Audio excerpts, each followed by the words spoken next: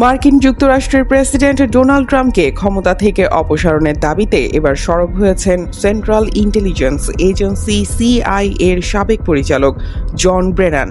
ট্রাম্পকে মানসিকভাবে অপ্রকৃতিস্থ আখ্যা দিয়ে ব্রেনান বলেছেন, যারা মার্কিন সংবিধানের 25তম সংশোধনী লিখেছিলেন তারা ট্রাম্পের মতো কোনো অস্থির নেতার কথাই চিন্তা করেছিলেন।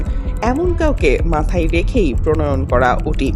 মার্কিন সংবাদ মাধ্যম এমএস নাওকে দেওয়া এক সাক্ষাৎকারে ওবামা আমলের এই গোয়েন্দা প্রধান বলেন, ট্রাম্পের সাম্প্রতিক আচরণ এবং ইরান ইস্যুতে তার ভয়াবহ হুমকি তাকে কমান্ডার ইন চিফ হিসেবে দায়িত্ব পালনের অযোগ্য করে তুলেছে।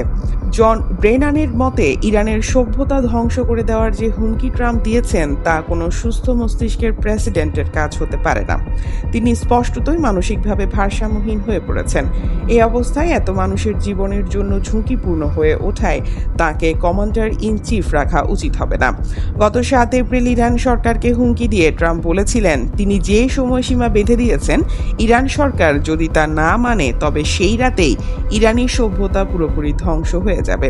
ট্রাম্পের ওই বক্তব্যের সূত্র ধরে ব্রেনান আশঙ্কা প্রকাশ করেন, ট্রাম্পের হাতে যুক্তরাষ্ট্রের বিশাল পারমাণবিক অস্ত্র ভাণ্ডারের নিয়ন্ত্রণ থাকা এখন সারা বিশ্বের জন্য চরম ঝুঁকিপূর্ণ। তিনি যেভাবে ইরানি সভ্যতা ধ্বংসের হুমকি দিয়েছেন তা পারমাণবিক অস্ত্র ব্যবহারের সম্ভাবনার ইঙ্গিত দেয়। এই ব্যক্তি স্পষ্টতই অপ্রকৃতিস্থ। ব্রেনান আরও বলেন, যুক্তরাষ্ট্রের সংবিধানের 25তম সংশোধনী অনুযায়ী ভাইস প্রেসিডেন্ট ও মন্ত্রিসভার অধিকাংশ সদস্যের সমর্থনে একজন কার্যক্ষমতাহীন বা বিতর্কিত প্রেসিডেন্টকে ক্ষমতা থেকে সরিয়ে দেওয়া সম্ভব।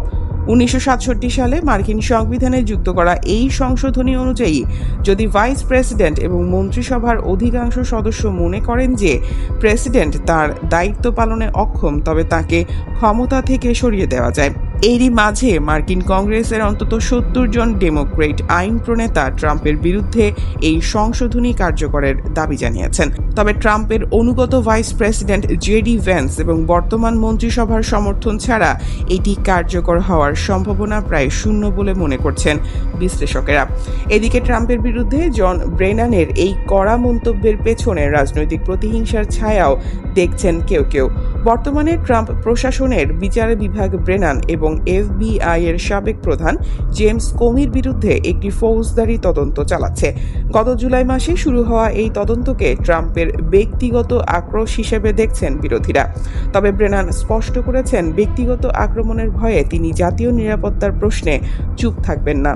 ইরানের সঙ্গে শান্তি আলোচনা ব্যর্থ হওয়ার পরপরই আবারও ট্রাম্পের আক্রমণাত্মক রূপ এবং ঘরের ভেতরে খোদ গোয়েন্দা প্রধানের এমন হুঁশিয়ারি ওয়াশিংটনের রাজনীতিতে চরম উত্তেজনা সৃষ্টি করেছে।